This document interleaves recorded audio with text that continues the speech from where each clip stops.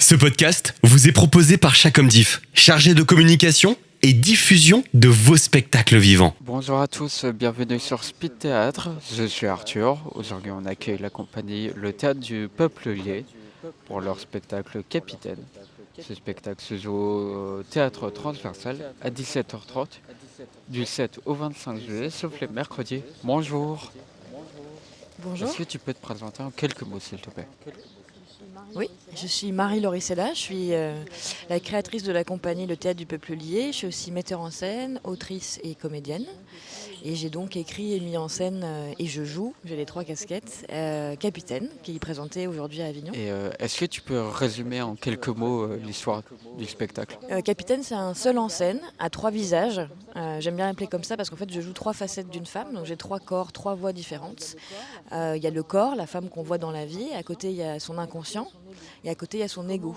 Et comment en fait nos différentes facettes interagissent entre elles quand une passion amoureuse arrive dans notre vie, qu'est-ce qui se passe? Et comment tu as eu l'idée d'écrire cette pièce? Bah déjà parce que c'est du vécu, c'est-à-dire j'ai eu des relations, des histoires d'amour importantes dans ma vie, et qui m'ont permis aussi de comprendre que souvent dans un couple, on a une tendance, qu'elle soit fâcheuse ou non d'ailleurs, il n'y a pas de jugement là-dessus, mais peut-être parfois avoir peur que l'autre n'aime pas une partie de nous-mêmes, donc on la cache.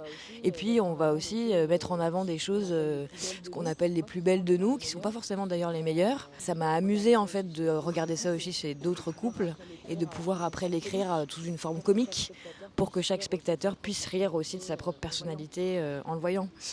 C'est un spectacle dont tu t'es inspiré de ta propre vie. Y a-t-il d'autres sources d'inspiration? Oui, comme je disais, oui, de ma propre vie et puis aussi en fait, de nos travers humains. Tout le monde a un ego, tout le monde a un inconscient et je pense que ceux qui ont vu le spectacle peuvent s'identifier très rapidement parce que c'est un sujet universel. C'est la première fois que tu écris une pièce? C'est la première fois que j'écris une pièce avec des paroles. En fait, avant Capitaine, j'avais écrit une pièce sans paroles, comme une sorte de chorégraphie, qui parlait du même sujet. Mais il y avait 3 femmes et 3 hommes qui jouaient par contre les 3 facettes. Moi, j'étais juste metteuse en scène et c'était du théâtre de mouvement. Mais c'était la même histoire. Et là, c'est la première fois que j'ai écrit la suite avec des mots. Et c'est compliqué d'écrire une suite à un spectacle précédent? Eh bien non, moi j'adore. D'ailleurs, il y aura une 3e partie après Capitaine, vraiment que écrit, il n'y aura pas de théâtre, ça sera je pense un roman, court, mais quelque chose qui parlera vraiment du même sujet encore et qui viendra clôturer ce triptyque.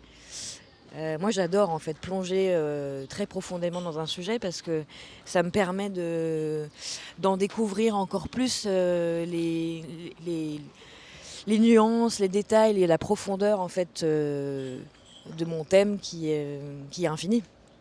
Et c'est la première fois que tu le fais à Avignon? C'est la première fois que je fais Avignon, ouais. Toute première. Et c'était un objectif ou un rêve? C'était un objectif. En fait, j'ai eu de la chance parce que le théâtre transversal, Laetitia Mazzolini, qui est la directrice, m'a proposé une collaboration artistique ensemble. Donc c'est elle qui... En fait, c'était vraiment un échange. Je suis pas venue en me disant coûte que coûte.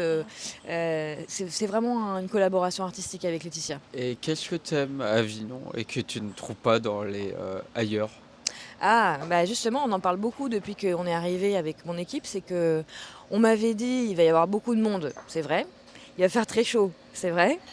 Et on m'avait dit attention, parfois il y a de la compétition entre les compagnies. Et pas du tout. Vraiment, c'est moi qui viens de Paris. Justement, à Paris, il y a beaucoup de compétition entre les théâtres, entre les gens du métier. Et là, pas du tout. Il y a vraiment, on sent que les gens nous donnent des conseils parce qu'on vient d'arriver, nous soutiennent, nous disent aussi que c'est la galère pour eux aussi.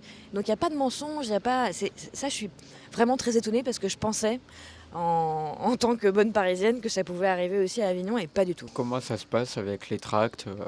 Les gens sont heureux, je veux dire. Ouais, il y en a, et ça dépend des horaires. Le matin, c'est mieux.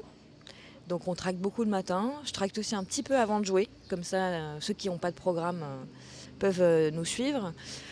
Pour la plupart, oui, ils écoutent. Après, par exemple, le week-end du 14-15 juillet, c'était plus compliqué, je crois, pour tout le monde, parce que les gens venaient aussi pour faire la fête, et pas forcément pour voir du théâtre. Mais là, il est passé ce week-end, donc c'est bon. Avignon, est-ce que tu considères Avignon comme un tremplin? Avignon, je le considère, oui, peut-être comme un tremplin, mais aussi comme vraiment ce que c'est que le théâtre. Je viens évidemment ici comme n'importe quelle compagnie qui a envie de continuer à faire, enfin, son spectacle tourne. Mais je vois aussi que c'est un cadeau qu'on se fait tous aussi de jouer et cet esprit de troupe qu'on voit dans la rue. Alors moi, on est deux, mais je vois des gens qui sont 8 et qui tractent et qui en fait sont vraiment cette histoire du théâtre que j'aime. Donc je crois que c'est pas qu'un tremplin, c'est aussi un cadeau que chaque artiste peut se faire. Et tu dis que c'est assez fraternel. Est-ce que tu considères Avignon comme une grande famille? Oui, je trouve vraiment de ce que je ressens, c'est pas du tout compétitif. Comme je le disais tout à l'heure, moi j'aime vraiment ça et je crois que c'est ça que j'ai toujours cherché dans le théâtre depuis que je suis petite. C'est le fantasme de la troupe de Molière, le film d'Ariane Mouchkine, Molière aussi. Et c'est ça que j'ai toujours aimé dans le théâtre et je le retrouve vraiment à Avignon encore plus large parce qu'on est tellement nombreux. Et qu'est-ce que tu dirais à un jeune qui veut écrire ou qui veut mettre en scène ou qui veut simplement jouer à Avignon mais qui n'ose pas? Ah, mais il faut oser. Parce que, en fait, la peur n'est pas un sentiment assez fort pour nous empêcher de faire quoi que ce soit. Il faut avoir peur, c'est normal. Ça fait peur, et puis surtout, il y a des raisons d'avoir peur. Il y a beaucoup de gens, c'est dur, mais écrire, c'est pareil. C'est difficile de se dire qu'on a des choses à dire et comment les formuler, mais il faut tout essayer. Et surtout, il faut écrire des choses sincères et simples. Simples dans le sens nécessaire. Nécessaire parce que ça sert à rien de faire des effets dans l'écriture, ni dans le jeu, ni dans la mise en scène. Il faut vraiment rester connecté avec soi. C'est ce que je dirais à un jeune. Et le spectacle, il y a de la musique. Oui, il y a de la musique. Alors, il n'y a pas de la musique live. Je suis seule, vraiment. J'ai un très beau costume et un tabouret, c'est tout.